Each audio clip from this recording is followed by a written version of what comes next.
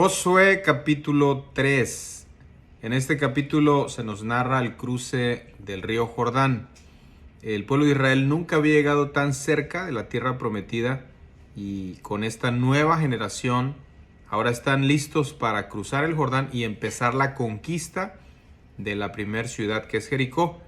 De los versos 1 al 5 se nos explica cómo Josué, que recibe ya las instrucciones de Dios, se le dan instrucciones para cruzar el río Jordán.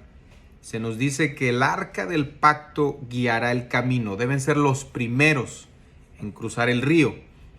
Cuando veáis el arca del pacto de Jehová vuestro Dios y los levitas, sacerdotes, que la llevan, vosotros saldréis de vuestro lugar y marcharéis en pos de ella. Josué no envió primero al ejército. Josué no envió primero a los ingenieros, estadistas. En cambio, Josué envió primero a los sacerdotes que llevaban el arca del pacto. Recordemos que el arca del pacto era la representación visible de la presencia de Dios en ese tiempo. Así que Josué sabía que este no era una batalla humana, sino era una batalla, un problema espiritual. Y es por eso que primero va el arca del pacto. Pero entre vosotros, dice el texto, y ella haya distancia como de 2000 codos.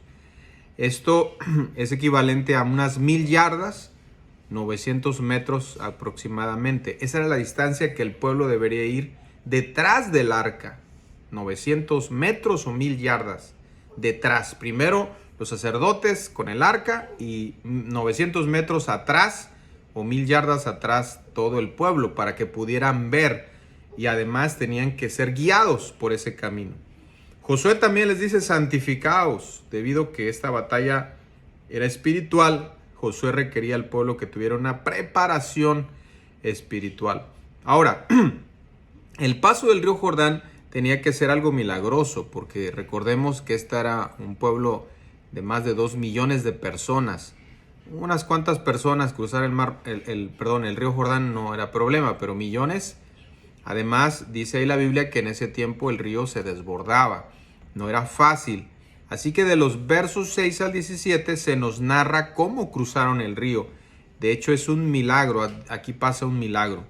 Dice el texto: y habló Josué a los sacerdotes diciendo: tomad el arca del pacto y pasad delante del pueblo. Y ellos tomaron el arca del pacto y fueron delante del pueblo.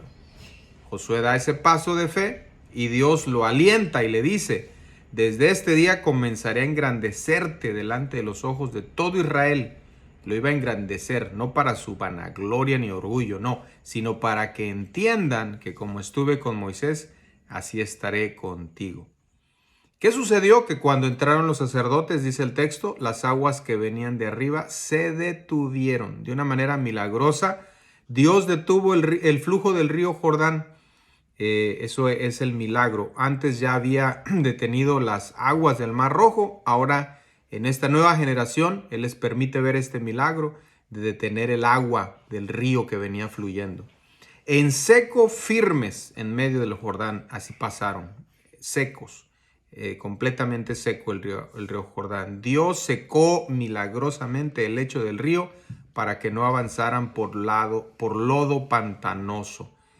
Se conecta mucho con el milagro 40 años atrás del paso del Mar Rojo. Mas los sacerdotes que llevaban el arca del pacto, dice el texto, estuvieron en seco, firmes en medio del Jordán.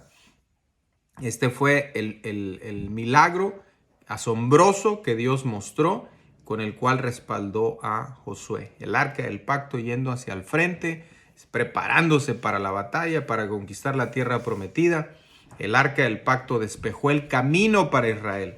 Lo mismo que nuestro Señor Jesucristo. Nuestro Señor Jesús es el cumplimiento del arca. Él nos abrió el camino a la victoria, a todas las cosas y a la vida eterna.